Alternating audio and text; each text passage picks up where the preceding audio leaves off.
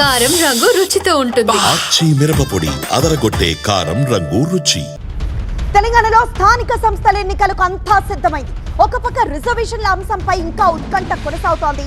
Governor ordinance కి ఆమోదం తెలుపుతారా లేదంటే ఏం చేయాలి అనే దానిపైన కసరత్తు జరుగుతోంది. దానికి సంబంధించిన ఫుల్ డీటెయిల్స్ లోకి వెళ్దాం. ఏ క్షణమైనా స్థానిక ఎన్నికల స్కెడ్యూల్ విడుదలయ్యే ఛాన్స్ ఉంది.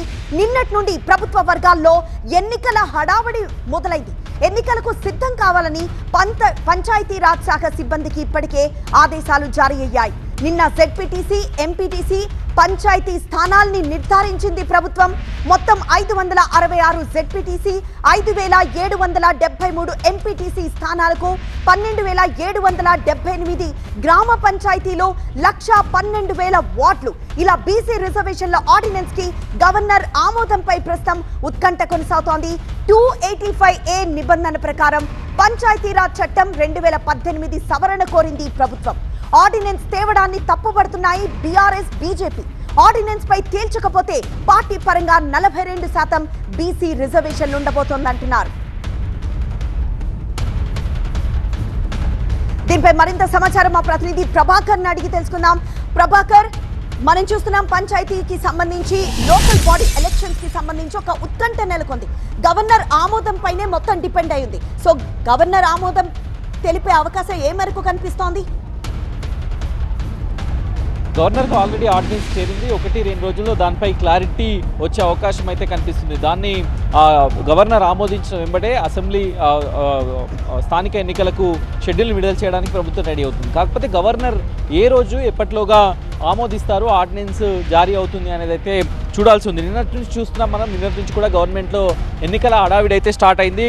నిన్న జెడ్పీటీసీ, ఎంపీటీసీ అట్లాగే గ్రామ పంచాయతీల స్థానాలను ప్రభుత్వం నిర్ధారించింది. దాంట్లో 566 ఎంపీపీ స్థానాలు, అట్లాగే జెడ్పీటీసీ స్థానాలు, 5773 ఎంపీటీసీ స్థానాలు, గ్రామ పంచాయతీలు కూడా దాదాపుగా 12,778 గ్రామ పంచాయతీ స్థానాలను ప్రభుత్వం నిర్దేశించింది. అంటే దీనివల్ల పంచాయతీరాజ్ శాఖ ఒక క్లారిటీకి అయితే వచ్చింది, ఒక కంక్లూజన్కి అయితే వచ్చింది. ఏ క్షణమైనా షెడ్యూల్ విడుదల చేసే అవకాశాన్ని పరిశీలిస్తుంది. సో ఆర్డినెన్స్ 285Aను ఇంతకుముందు మీరు చెప్పినట్టుగా దాన్ని సవరించి ఆర్డినెన్స్ డ్రాఫ్ట్ను గవర్నర్కి పంపింది.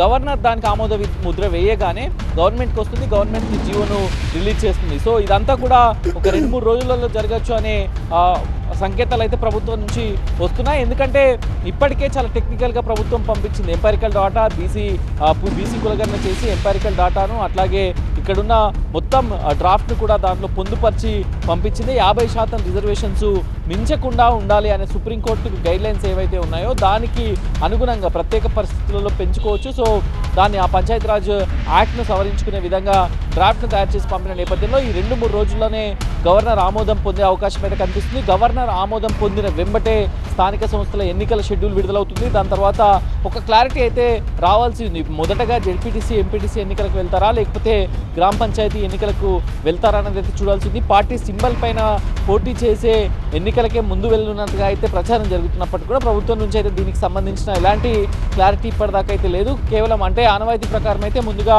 గ్రామ పంచాయతీ, ఎంపీటీసీ, జెడ్పీటీసీ, దాని తర్వాత మున్సిపల్ ఎన్నికలకు వెళ్తారు. సో ఇప్పుడు కూడా అదే సాంప్రదాయాన్ని పాటించే అవకాశం అయితే కనిపిస్తుంది. ఎస్ ప్రభాకర్.